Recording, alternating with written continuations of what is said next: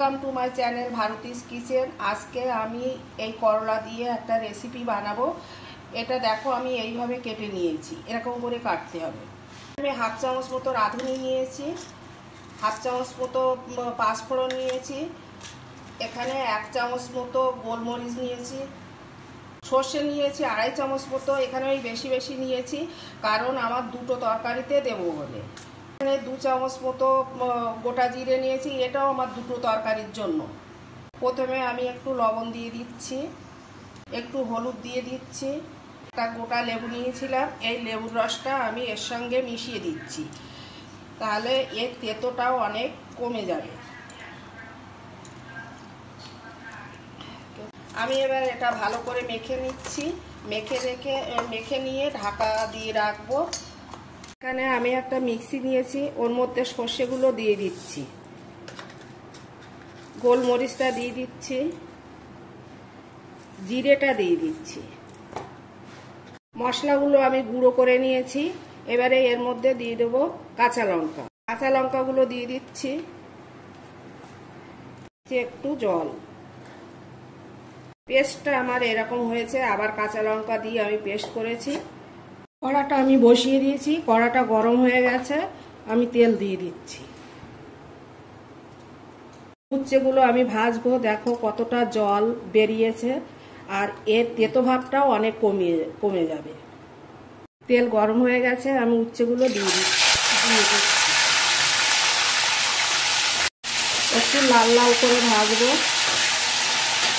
এটা নিরামিষও করা যায়, যারা নিরামিষ খাবে তারা পেঁয়াজটা না দিলেই হবে। উচ্ছেগুলো আমি লাল লাল করে ভাজবো, আর একটু ভাজা হবে।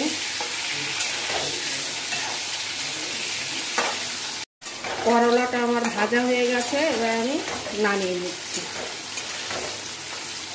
এই তেলেই আমি রান্না করছি। এখানে পাঁচফোড়নটা দিয়ে দিচ্ছি, রাঁধুনিটা দিয়ে দিলাম, পেঁয়াজটা দিয়ে দিচ্ছি।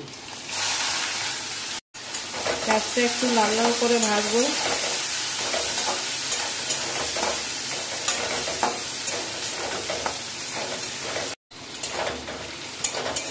পেঁয়াজটা আর একটু হবে।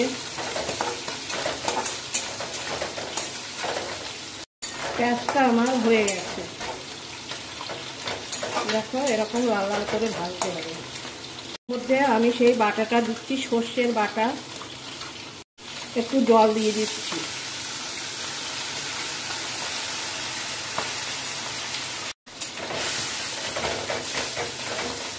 স্বাদ মতো লবণ দিয়ে দিচ্ছি, হলুদ দিয়ে দিচ্ছি।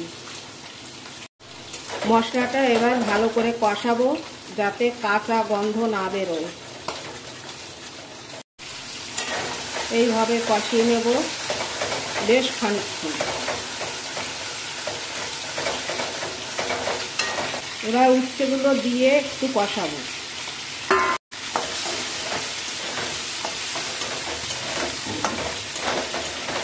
2 মিনিট মতন কষিয়ে নিয়ে জল দিয়ে দেবো। জলটা দিয়ে দিচ্ছি, তোমরা যেরকম ঝোল রাখবে সেরকম দিও পরিমাণ মতো।